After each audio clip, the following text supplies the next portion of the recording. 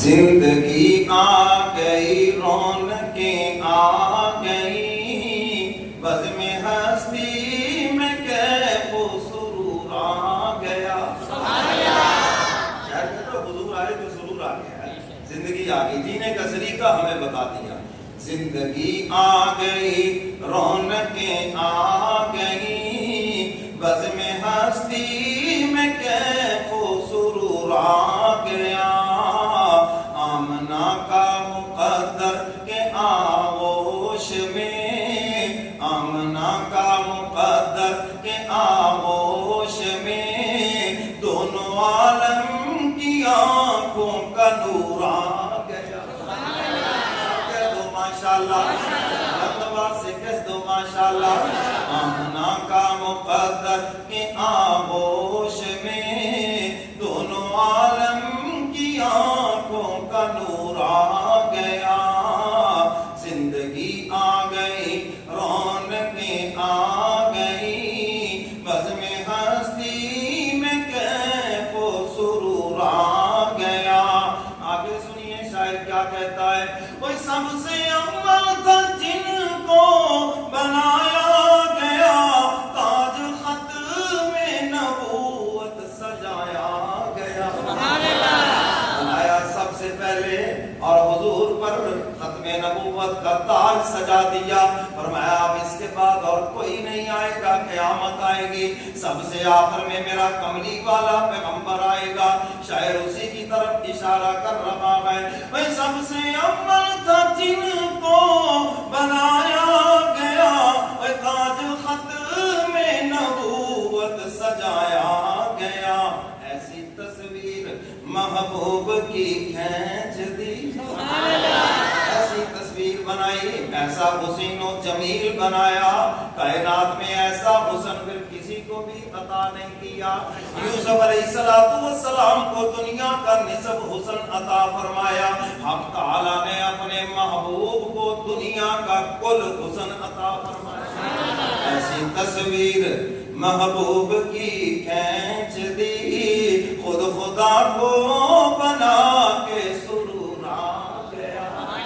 بنا کر پھر قسمیں اٹھا دی میرے محبوب والضحیٰ واللیل اذا سجا, میرے محبوب کے چہرے کی قسمیں اٹھا دی, محبوب کی زلفوں کی قسمیں اٹھا دی. شاعر اسی کی طرف اشارہ کر رہا ہے.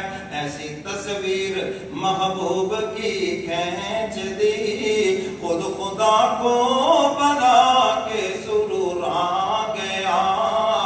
آمنا کا مقدر کے آغوش میں دونوں عالم کی آنکھوں کا نور آ گیا. سبحان اللہ.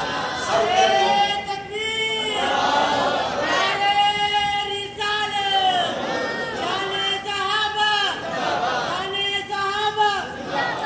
زندگی آ گئی رونقیں آ گئی بزم ہستی میں کیف و سرور آ گیا. آگے سنیے کملی والے پیغمبر کے معجزے کا تذکرہ شاعر کر رہا ہے اور کیا کہتا ہے سنو ذرا.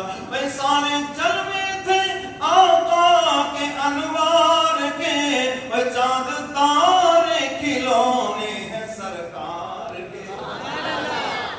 لوگ تو چاند سے تشبیہ دیتے پھرتے ہیں, کہتے ہیں اس قوم کے پیچھے لگ جاؤ جو چاند پہ چلی گئی. میں کہتا ہوں اس نبی کے پیچھے لگ جاؤ جس کے ایک اشارے سے چاند دو ٹکڑے ہو کے قدموں میں آ گیا. میرا کملی والا پیغمبر تو چاند سے بھی آگے, آسمانوں سے بھی اوپر, سدرۃ المنتہا سے بھی اوپر, مقام سریع الاقلام سے بھی اوپر. میرا کملی والا پیغمبر تو عرش معلیٰ پہ نظر آ رہے ہیں. اس نبی کے پیچھے لگ جاؤ. شاعر اسی کی طرف اشارہ کر رہا ہے. بھئی سارے جلوے تھے آقا کے انوار کے, چاند تارے کھلونے ہیں سرکار کے. ایک اشارہ ہوا میرے محبوب کا, آئے تھے نا مکے والے, چاند آ جائے زمین پر, شاید ہم مان لیں شہر کلمہ پڑھ لیں. میرے کملی والے پیغمبر نے یوں میری طرف ذرا دیکھو نا, یوں انگلی, یہ شہادت والی انگلی چاند کی طرف بلند کی, اشارہ کیا, اور چاند نے بھی غلامی کا اظہار کر دیا, بتا دیا کہ میں بھی آپ کا غلام ہوں. چاہیے تو تھا کہ بدبخت مان لیتے, مگر وہ کہنے لگے محمد صلی اللہ علیہ وسلم, حضور کا نام ہے تو کیا کہنا ہے صلی اللہ علیہ وسلم. 10 نیکیاں ملیں گی, 10 گناہ معاف ہوں گے, جنت میں 10 درجے بلند ہو جائیں گے. کہنے لگے کہ آپ کا جادو تو چاند پر بھی چل گیا ہے. ہاں, حضور کے معجزے کو جادو کہنے لگے. شاعر اسی معجزے کی طرف اشارہ کر رہا ہے. اشارہ ہوا میرے محبوب کا, ایک اشارہ ہوا میرے محبوب کا, تڑپ کر چاند ان کے حضور آ گیا. ایک اشارہ ہوا میرے محبوب کا, تڑپ کر چاند ان کے حضور آ گیا. زندگی آ گئی, رونقیں آ گئی, بزم ہستی میں کیف و سرور آ گیا. آمنہ کا مقدر کے آغوش میں دونوں عالم کی آنکھوں کا نور آ گیا. سب کہہ دو سبحان اللہ, ساتھ ہی کہہ دو ماشاءاللہ. تو میرے محترم سامعین,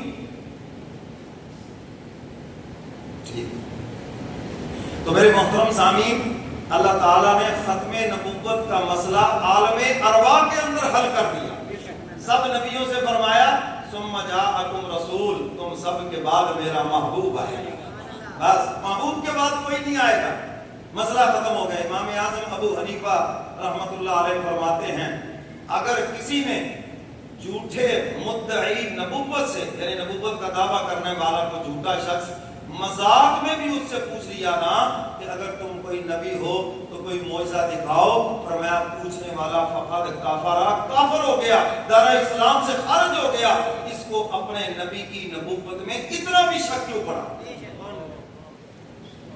آج ہم کوئی بندہ ولایت کا دعویٰ کرے نا مذاق میں, کہ اچھا جی تجھے بزرگ بڑے پھر تو کوئی کرامت بخاؤ نا جی سامنے, کہہ دیتے کہ نہیں کہتے. اگر ایسے کسی نے مذاق کے اندر بھی نبوت کا دعویٰ کرنے والے سے کہہ دیا تم نبی ہو تو کوئی معجزہ دکھاؤ, اور میں یہ مذاق میں کہنے والا بھی کافر ہو جائے گا. اس کو اپنے نبی کی نبوت میں اتنا بھی شک کیوں پڑا. سمجھ گئے بات کہ نہیں. تو ختم نبوت کا مسئلہ اتنا واضح ہے, اللہ نے عالم ارواح میں حل کر دیا. ثم جاءکم رسول, خود پڑھ لو جا کر. حق تعالیٰ فرما رہے ہیں سب نبیوں کے بعد میرا محبوب آئے گا, اور محبوب کے بعد کوئی نہیں آئے گا. سب نبیوں نے عرض کیا الہ العالمین, آپ کا محبوب اتنی شان والا, اتنے مقام والا, سب سے بعد میں آئے گا, ہمارے لیے کیا حکم ہے. نبی پوچھ رہے ہیں ہمارے لیے کیا حکم ہے. آؤ قرآن بتاتا ہے, فرمایا لَتُؤْمِنُنَّ بِهِ وَلَتَنْصُرُنَّ. اب تعالیٰ فرماتے ہیں جب میرا محبوب آ جائے, میرے محبوب کی نبوت اور رسالت پر ایمان بھی لانا ضروری ہے اور تعاون بھی کرنا ضروری ہے. میں جب میرا محبوب آ جائے نا, پھر محبوب کی رسالت پر ایمان لانا ہے, تمہاری نبوت ختم, پھر میرے کملی والے پیغمبر کی نبوت و عظمت کا ڈنڈا بجے گا. حضور علیہ الصلوۃ والسلام تشریف فرما ہے, سیدنا فاروق اعظم رضی اللہ تعالیٰ عنہ تورات کا مطالعہ کر رہے ہیں. تورات سچے نبی کی سچی کتاب ہے, موسیٰ علیہ الصلوۃ والسلام پہ نازل ہوئی. تورات کو پڑھ رہے ہیں, حضور علیہ الصلوۃ والسلام کو پتہ چلا, حضور اس قدر ناراض ہوئے, چہرہ مبارک سرخ ہو گیا. صحابہ حضور کے چہرہ مبارک کی سرخی کو انار کی سرخی سے تشبیہ دیتے ہیں, کیونکہ انار کی تاثیر ٹھنڈی ہے, حضور کے غصے میں بھی پیار ہے. حضور علیہ الصلوۃ والسلام کا چہرہ مبارک سرخ ہو گیا. ایک صحابی نے عرض کیا عمر فاروق دیکھ نہیں رہے, حضور کس قدر ناراض ہو گئے ہیں جی. سیدنا فاروق اعظم نے جلدی سے اس کو سمیٹا, عرض کیا اللہ کے محبوب, میرا کوئی اسلام کے بارے میں شک نہیں, کوئی قرآن کے بارے میں شک نہیں، نہ کو آپ کی نبوت کے بارے میں شک ہے۔ میں تو صرف اس لیے پڑھ رہا ہوں، یہ دیکھنا چاہتا ہوں کہ کون سی چیزیں تورات کے اندر ہیں جو قرآن کے اندر بھی ہیں، کون سے قرآن کے احکامات جو پہلے تورات کے اندر بھی موجود تھے۔ میں تو صرف یہ دیکھنا چاہتا ہوں۔ حضور علیہ السلام نے ارشاد فرمایا، عمر تم تورات کا مطالعہ کر رہے ہو، آج اگر تورات والا پیغمبر موسیٰ کلیم بھی ہوتا وہ اپنی کتاب تورات نہ پڑھتا بلکہ میرا قرآن پڑھتا۔ آخر میں عیسیٰ علیہ السلام آئیں گے، نبی بن کر نہیں، حضور کے امتی بن کر آئیں گے، اپنی شریعت کا پرچار نہیں کریں گے بلکہ میرے کملی والے پیغمبر کی شریعت کا پرچار کریں گے۔ حق تعالیٰ فرماتے ہیں، میرے پیغمبروں تمہارے دور میں میرا محبوب آ جائے، وعدہ کرو لَتُؤْمِنُنَّ بِهِ وَلَتَنْصُرُنَّهُ، ایمان بھی لاؤ گے تعاون بھی کرو گے۔ چلیے میں پہلی وضاحت کر دوں، یہ وعدہ ان سے لیا گیا ہے، کیوں لیا گیا؟ اصل میں نبیوں کے ذریعے امتوں سے وعدہ لیا گیا ہے کہ جس امت کے پاس میرے محبوب کی آمد ہو جائے، چاہے وہ عیسائی ہوں، چاہے وہ یہودی ہوں یا کسی بھی اور نبی کے ماننے والے ہوں، تمہارا نبی عالم ارواح کے اندر یہ وعدہ کر کے آیا ہے کہ جب قبری والا پیغمبر آئے گا ہم اس پر ایمان لائیں گے، تعاون کریں گے۔ اگر واقعی تم اپنے نبی کی سچی امت ہو، سچے نبی کو مانتے ہو، اس کی کتاب کو مانتے ہو، تو پھر قبری والے پیغمبر کے اوصاف کو مانو جو تمہارا نبی وعدہ کر کے آیا ہے، اس وعدے کے مطابق نبی پر ایمان بھی لاؤ اور نبی سے تعاون بھی کرو۔ اصل یہ وعدہ امتوں سے لیا گیا ہے نبیوں کے ذریعے کہ تمہارے نبی یہ وعدہ کر کے آئے ہیں، تورات میں بھی موجود ہے، بائبل میں بھی موجود ہے، اور کتابوں کے اندر آسمانی صحیفوں کے اندر بھی یہ وعدہ موجود ہے، مگر انہوں نے کتاب بدل ڈالی، انہوں نے اس کے اندر تغیر و تبدل کر دیا، حضور کے اوصاف نکال دیے، حسد کی بنیاد پر، مخالفت کی بنیاد پر۔ اگر ہماری قومیں، اگر یہ لوگ حضور کے اوصاف پڑھیں گے، حضور کی شان پڑھیں گے، اس وعدے کو پڑھیں گے، تو نہ یہ یہودی رہے گا نہ کوئی عیسائی رہے گا، یہ تو سارے مسلمان ہو جائیں گے۔ کیوں نہیں سمجھ آ رہی ہے؟ ہاں، ورنہ خالی قرآن کا ترجمہ پڑھو گے تو ذہن میں بات آئے گی، لَتُؤْمِنُنَّ بِهِ وَلَتَنْصُرُنَّهُ، ایمان لاؤ گے تعاون کرو گے۔ ایمان کس طرح لائیں؟ وہ تو پہلے آئے، حضور تو بعد میں آ رہے ہیں، یہ کیسے ایمان لائیں گے؟ تو یہ اسی طرح ایمان لائیں گے، اللہ نے نبیوں کے ذریعے امتوں سے وعدہ لیا ہے، اور پھر عملاً معراج والی رات مشاہدہ بھی کرا دیا، معراج والی رات مشاہدہ بھی کرا دیا۔ اللہ فرماتے وعدہ کر لو پورا ہم کر دیں گے، لَتُؤْمِنُنَّ بِهِ وَلَتَنْصُرُنَّهُ، ایمان بھی لاؤ گے تعاون بھی کرو گے۔ قالوا اقررنا، سب نے کہا مولا اقرار کرتے ہیں، ہم وعدہ کرتے ہیں۔ اللہ فرماتے قال فاشهدوا وانا معكم من الشاهدين، اس وعدے پہ تم بھی گواہ رہو اور میں بھی گواہ رہتا ہوں۔ اور اللہ نے معراج والی رات اس کا منظر بھی دکھا دیا، جس طرح اللہ نے عالم ارواح کے اندر سب نبیوں کو جمع کیا، معراج والی رات اللہ نے بیت المقدس میں سب نبیوں کو جمع کیا۔ حسن والا یوسف علیہ السلام وہ بھی بیت المقدس میں انتظار کر رہے ہیں، اور جس کا انتظار کیا جا رہا ہے وہ ابھی مکے میں اپنے گھر میں آرام فرما رہے ہیں۔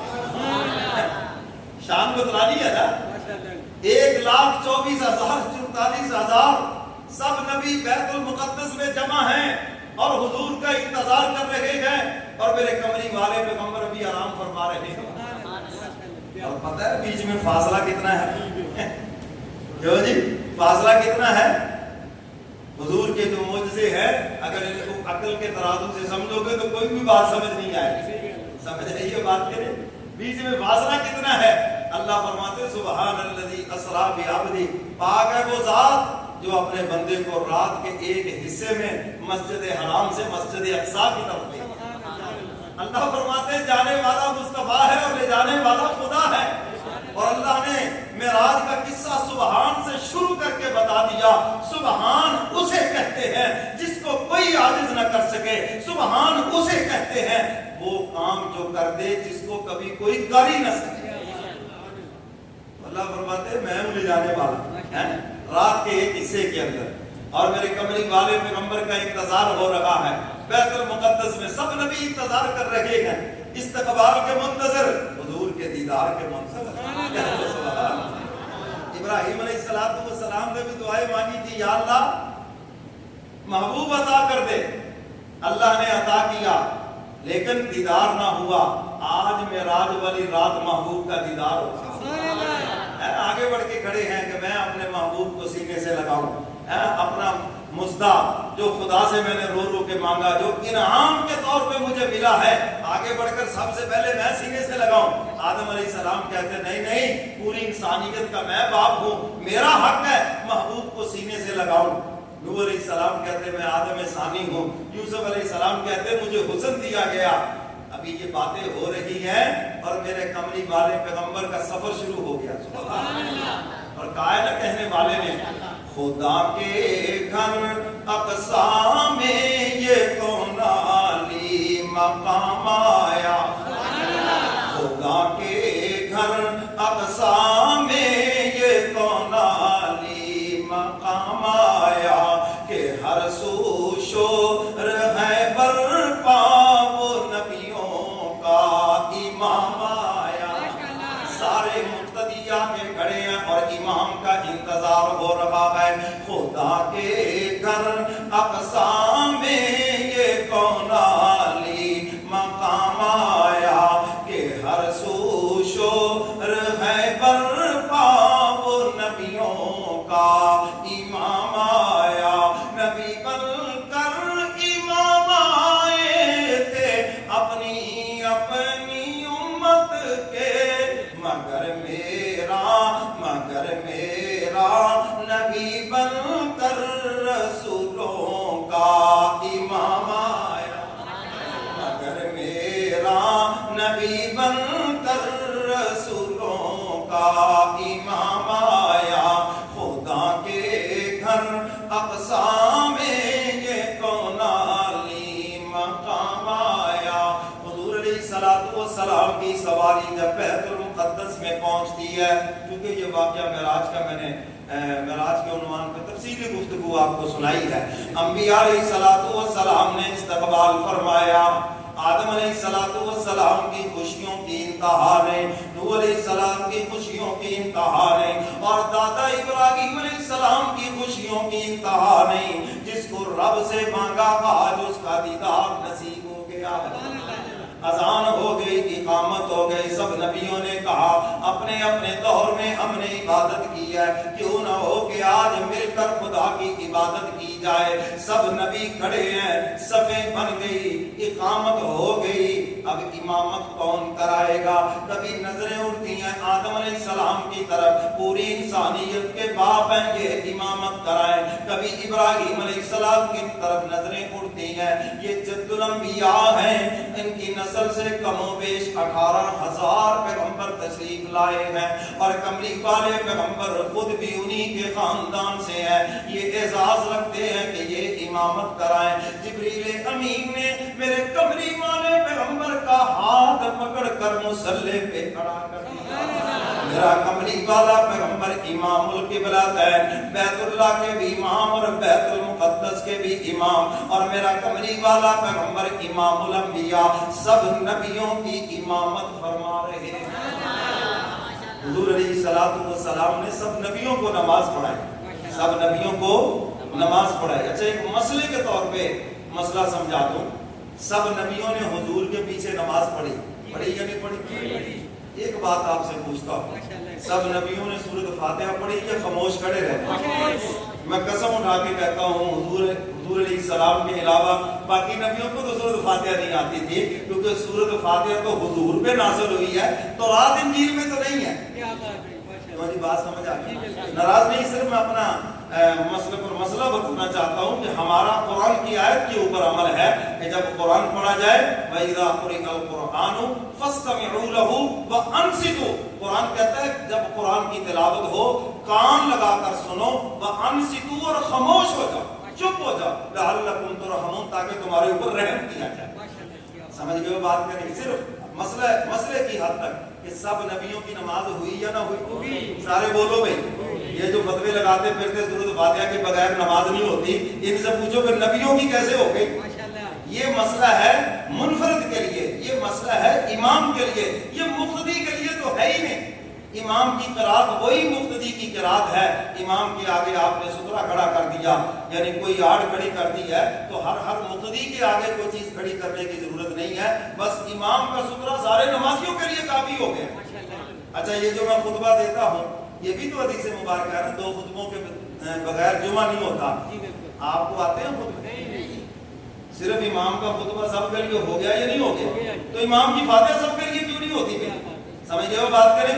اور آپ بھی بتائیں کہ حضور قرآن کی تلاوت کر رہے ہوں، جب مزے کی تلاوت ہو رہی ہو، پڑھنے کو دل کرتا ہے یا سننے کو؟ سارے سچ بتاؤ، کوئی قاری آج خوبصورت تلاوت کرے، سننے کو دل کرتا ہے یا پڑھنے کو؟ سننے کو دل کرتا ہے نا۔ تو حضور تلاوت فرما رہے ہوں تو صحابہ پیچھے سنتے ہوں گے یا پڑھتے ہوں گے؟ تو سنتے ہوں گے۔ اور حدیث مبارکہ بھی اس کی وضاحت کر رہی ہے، فَإِذَا قُرِئَ الْإِمَامُ غَيْرِ الْمَغْضُوبِ عَلَيْهِمْ وَلَا الضَّالِّينَ، جب امام یہ کہے فَقُولُوا، تم کہو آمین۔ تم نے کیا کہنا ہے؟ حدیث کہہ رہی ہے کہ امام جب یہ کہے تو تم آمین کہو، تو تم کہتے ہو نہیں جی ہم نے اپنا پڑھنا ہے، حدیث پہ عمل نہیں کرنا۔ بھائی ایسے نہیں کرنا چاہیے۔ الحمدللہ ہمارا قرآن کی آیت کے اوپر عمل ہے، اور جو قرآن کا حکم ہے اس کو حدیث سے توڑا بھی نہیں جا سکتا۔ سمجھ گئے ہو بات کریں؟ تو بہرحال میں یہ عرض کر رہا ہوں کہ اللہ نے ختم نبوت کا مسئلہ عالم ارواح کے اندر حل کر دیا، اور میرے کملی والے پیغمبر کا تذکرہ دنیا بننے سے پہلے شروع ہوا۔ نہ زمین بنی تھی، نہ آسمان بنا تھا، نہ سلسلہ لیل و نہار تھا، کچھ بھی نہیں تھا۔ اللہ نے عالم ارواح کے اندر اپنے محبوب کی شان کو بیان کیا، اپنے محبوب کی ختم نبوت کو بیان کیا ہے، حضور علیہ السلام کے اوصاف کو بیان کیا ہے۔ میرے محترم سامعین، انشاءاللہ العزیز آئندہ جمعے بھی حضور علیہ السلام کی شان پر اور آپ کی سیرت کے حوالے سے انشاءاللہ العزیز قرآن و احادیث سے ہی آپ کے سامنے